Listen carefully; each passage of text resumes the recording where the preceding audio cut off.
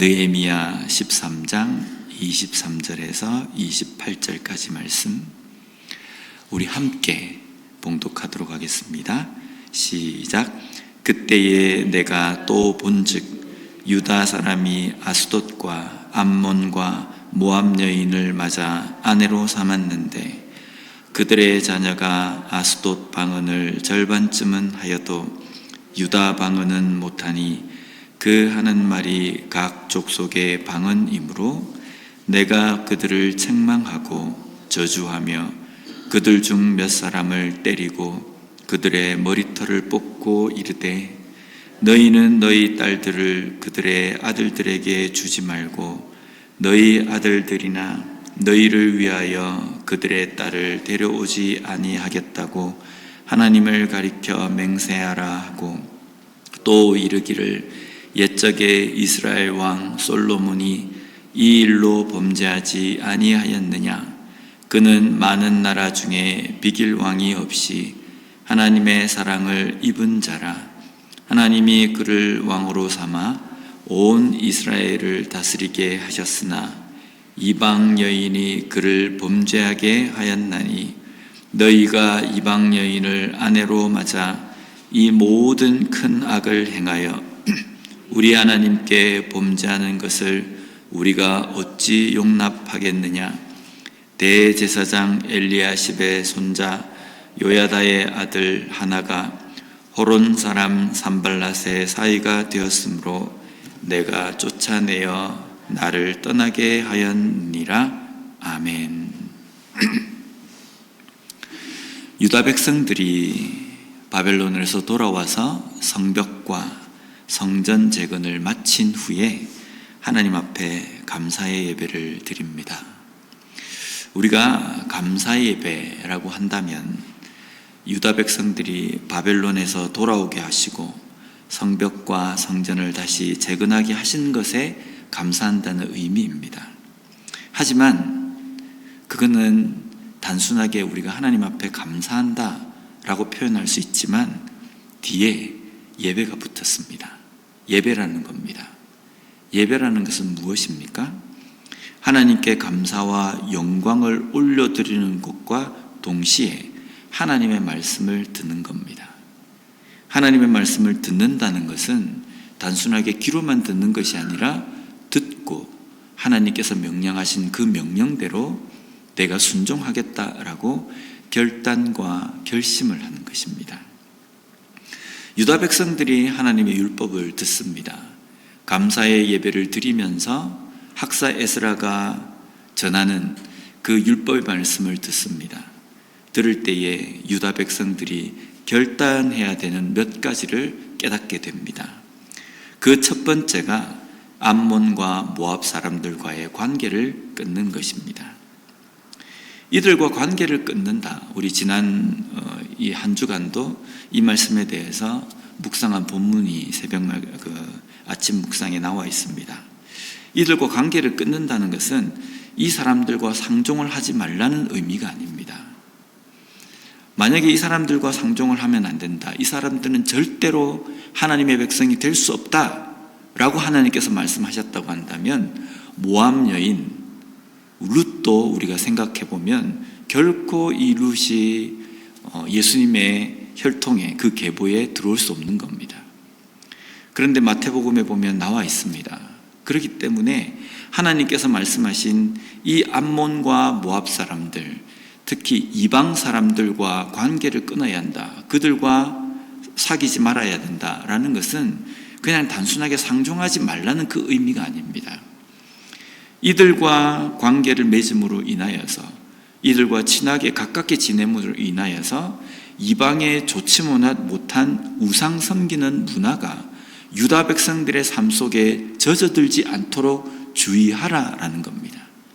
이방 사람들의 생활 습관, 그들 삶 속에 깊이 배어 있는 아주 좋지 못한 우상 숭배의 그 습관을 절대로 담지 말라라는 겁니다. 이 우상 숭배의 문화라고 하는 것은요, 우상을 조각을 해서 그 앞에다가 제사를 드리고 섬기는 것도 우상 숭배의 문화이지만요, 때로는 우상 숭배의 문화가 삶 속에서도 아주 쉽게 젖어드는 게 있습니다. 음행, 때로는 고기를 핏째 먹는 것, 이 모든 것 다 하나님께서 금하신 것입니다. 그런데 그것이 마치 일상 삶의 문화인 것처럼 들어와서 유다 백성들의 신앙을 뿌리째 흔들어 놓는다는 겁니다. 하나님의 말씀에 대해서 희박한 생각을 가지게 하고, 하나님의 말씀에 대해서 이 정도쯤은 괜찮지 않겠는가라는 그런 생각을 하게 만든다는 겁니다. 그래서 점점점 하나님의 말씀과 멀어지고 하나님의 백성으로 살아가야 되는 그 정체성을 잃어버리게 만든다는 겁니다. 이러한 것들이 바로 우상 숭배의 문화입니다. 오늘 우리의 삶에도 자세히 우리의 삶을 들여다봐야 합니다. 우리가 무의식 중에 하고 있는 습관들 중에 비신앙적인 어떤 것들이 있는지 없는지를 돌아봐야 됩니다. 있습니까? 없습니까? 우리의 삶에는요, 여러 가지 하나님께서 기뻐하시지 않는 삶의 습관과 행동 양식이 있습니다. 그 중에 대표적인 것이 무엇이냐면요, 기복신앙입니다. 내가 하나님 앞에 기도하고 예배드리고 내가 신앙생활 열심히 하면 나는 복을 받게 될 것이다, 이런 생각으로 신앙생활을 하게 만드는 것, 겉으로 보면요 너무나도 괜찮아 보입니다. 결과가 딱 떨어지지 않습니까? 내가 하나님 앞에 열심히 하면 하나님이 나에게 이 땅에서 물질의 복, 건강의 복, 명예의 복, 이런 것들을 나에게 주실 것이다. 그래서 만약에 내가 물질의 복, 건강의 복, 내가 그러한 복들을 내가 받지 못하면 어떻게 우리가 생각합니까? 내가 신앙생활 열심히 하지 않았구나, 스스로를 질책하고 정죄한다는 겁니다. 얼마나 맞아떨어집니까? 그러나 우리의 신앙은 결코 기복적인 신앙이 아니라는 겁니다. 우리는 복을 받기 위해서 신앙생활을 하는 것이 아니라 우리는 우리의 삶 자체가 하나님 앞에 예배드리며 믿음으로 살아야 되는 존재들이기 때문에 우리가 하나님 앞에 예배드리며 하나님 앞에 기도하는 신앙생활을 한다는 겁니다. 그래서 우리가 열심히 신앙생활을 하더라도 이 땅에서 너무나도 힘들게 살 수 있습니다. 내가 신앙생활 열심히 하지 않아도요, 세상에서 세상 사람들이 말하는 그 복들을 받을 수 있습니다. 내가 열심히 하지 않아도 부자가 될 수 있고요, 신앙생활 열심히 하지 않아도 건강하게 살 수 있습니다. 내가 건강하다고, 내가 부자라고 나는 하나님 앞에 복받은 사람이다, 결코 이렇게 생각해서는 안 된다는 겁니다. 반대로 내가 어렵기 때문에 나는 하나님 앞에 신앙생활을 제대로 하지 못하고 있구나, 이렇게 질책할 필요도 없다는 겁니다. 소위 우리가 이야기하는 세상 속에서의 어떤 복과 신앙은 별개라는 겁니다. 설사 하나님께서 우리에게 물질적인 복을 주실 때에 그 복은 덤으로 주시는 것이지 우리가 신앙생활을 잘 했기 때문에 주는 것이다, 이런 식으로 우리가 생각해서는 안 된다는 겁니다. 그러면 우리가 이 땅에서 삶을 살아갈 때 신앙생활 열심히 하는데 왜 내가 어려움을 당해야 되나?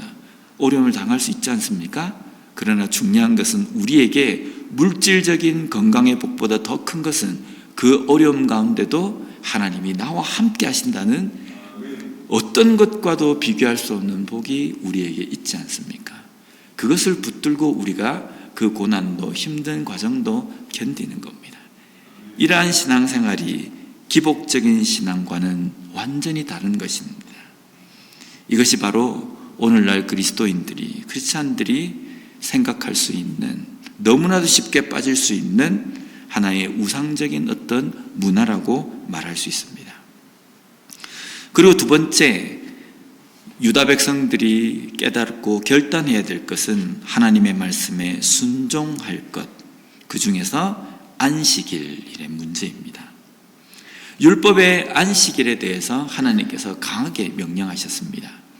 그런데 하나님께서 안식일에 대해서 거룩하게 지키라고 하신 말씀은요, 단순하게 어떤 다른 것이 아니라 그 중심에 들어있는 것은 쉼입니다. 하나님의 백성은 그것에 순종할 것을 명령하셨습니다. 그런데 안식일에 어떤 유다인들이 술틀에 술을 짜는 일을 하는 사람이 있었습니다. 오늘 보면 15절 말씀을 보면 그때에 내가 본즉 유다에서 어떤 사람이 안식일에 술틀을 밟고 곡식단을 나귀에 실어 운반하며 포도주와 포도와 무화과와 여러 가지 짐을 지고 안식일에 예루살렘에 들어와서 음식물을 팔기로 그날에 내가 경계하였고, 여기에 술틀을 밟았다라고 말씀합니다. 이것은요, 당시에 포도를 수확하고 난 다음에 그 포도에서 즙을 짜서 그것으로 술을 만들어서 자신들도 먹고 그리고 시장에다 내다 팔아서 이익을 남기는 그 행동입니다. 그런데 이 포도에서 포도즙을 짜기 위해서는요, 아주 막대한 힘이 필요합니다. 그래서 한 사람이 술틀에 올라가서 그냥 이걸 짜는 것이 아니라요, 그 동네에 있는 장정들이 함께 여러 명이 달라붙어야 이 일을 할 수 있는 겁니다. 결국은 소수 몇 사람이 지금 포도즙을 짜고 있는 그 행위를 지금 말씀하고 있는 것이 아니라 범유다적으로 유다 백성들이 거의 다가 안식일에 이 일을 하고 있었다라고 말씀하는 겁니다. 술틀을 밟아서 모든 사람들이 함께 거기에서 즙을 짜서 술을 만들어서 마시기도 하고 또 그것을 시장에다가 내다 팔아서 이익을 얻는 그 행동을 하고 있는 겁니다. 분명히 이것은 당시 율법에서는 금하게 하신 것이었습니다. 일하는 것, 이익을 얻기 위해서 사고 파는 것입니다. 이에 대해서 느헤미야는 유다 백성들에게 책망합니다. 18절 말씀에 보면 너희 조상들이 이같이 행하지 아니하였느냐? 그래서 우리 하나님이 이 모든 재앙을 우리와 이 성읍에 내리신 것이 아니냐? 그럼에도 불구하고 너희가 안식일을 범하여 진노가 이스라엘에게 더욱 심하게 임하도록 하는도다 하고, 느헤미야의 지금 책망의 내용은요, 유다가 하나님의 심판을 받아서 바벨론에게 멸망당하고 그 바벨론의 포로로 잡혀가게 된 그 원인이 안식일을 지키지 않고 하나님의 말씀대로 순종하지 않은 것 때문이었는데, 왜 너희들이 지금 와서도 이 일을 다시 여전히 버리지 못하여서 하나님의 심판을 자초하느냐라고 지금 책망하고 있다는 겁니다. 유다 백성들이 과거에 하나님의 심판을 통해서 깨달아야 하는 것은요, 왜 우리에게 이러한 일이 일어나야 했었는가를 깨달아야 한다는 겁니다. 와, 우리가 포로로 갔는데 하나님의 은혜로 우리가 다시금 돌아오게 되었다, 기쁘다, 이것이 끝이 아니라 왜 우리가 포로로 가게 되었는가, 그 원인을 분석해야 된다는 겁니다. 우리 선조의 그리고 우리의 삶에 신앙적으로 무엇이 하나님 보시기에 좋지 못하였기에, 무엇이 하나님 보기에 죄악이었기에 우리가 이러한 심판을 받게 되었는가, 이것을 깨달아야 한다는 겁니다. 그런데 지금 유다는 그 일에서 벗어나지 못합니다. 눈에 보이는 이익 때문에 지금 당장 내가 이 상업적인 행위를 하면 내 손에 들어오는 이익이 얼마인데 이것 때문에 하나님의 말씀을 어기는 겁니다. 별 대수롭지 않게 생각하는 겁니다. 오늘날 안식일의 개념을 주일에 둡니다. 그래서 주일에는 어떤 노동도 하지 말아야 한다라고 말하는 경우가 있는데요, 이것은 잘못된 생각입니다. 안식일은 주일이 아닙니다. 안식일은 하나님께서 우리에게 말씀하신 그 안식일의 의미는요, 쉼입니다. 6일 동안 하나님께서 창조하신 사역에 그 어떠한 부족함도, 그 어떠한 불완전함도 없기 때문에 7일째는 쉬어도 그 어떠한 문제도 발생하지 않는다라는 것은, 창조 사역에는 그 어떠한 부족함도 없다라는 것을 하나님께서는 우리에게 선포하신 것입니다. 만약에 6일 동안 창조한 것이 뭔가 문제가 있거나 불안정했다면 7일째는 어떤 날로 삼아야 되겠습니까? 보완하는 날로 삼아야 될 겁니다. 수리하는 날로 삼아야 될 겁니다. 그러나 하나님은 7일째 아무것도 하지 않고 쉬시는 것을 우리에게 말씀하여 주셨습니다. 왜냐하면 6일 동안 그 한 것이 완벽하다, 완전하다라고 우리에게 말씀하시는 것이라는 겁니다.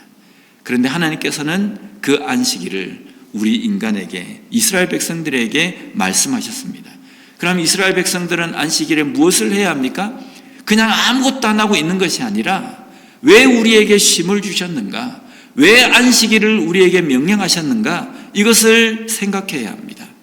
역시 하나님의 창조하심은 완전하다. 하나님의 창조하신 사역은 완벽하다라는 것을 인정하고 찬송하고 감사하며 선포하며 예배하며 드리는 그것이 바로 안식일이라는 겁니다. 오늘날 우리에게 하나님께서 안식을 명령하셨습니다. 어떤 안식입니까? 내가 뭔가를 하지 않으면 아무것도 안 된다. 내 손을 들어 뭔가를 하지 않으면 되는 게 없다. 이런 생각하시지 말라는 겁니다. 나 여호와가 함께하기에 하나님께서 주신 그 시간 가운데 내가 최선을 다한 후에 내가 쉬는 그 쉼은 하나님께서 나의 인생 가운데 함께 하시기에 내 인생은 완전하다라는 것을 고백하고 찬송하는 삶을 살라고 우리에게 명령하신다는 겁니다. 이것을 인정하지 못하기 때문에 하나님의 함께하심, 하나님의 내 삶 속에 일하심이 완전하다는 것을 인정하지 못하기 때문에 항상 내 삶이 불안한 겁니다. 내가 하지 않으면 안 되는 것으로 생각이 되어진다는 겁니다. 한번 우리 삶을 한번 돌아보시기 바랍니다.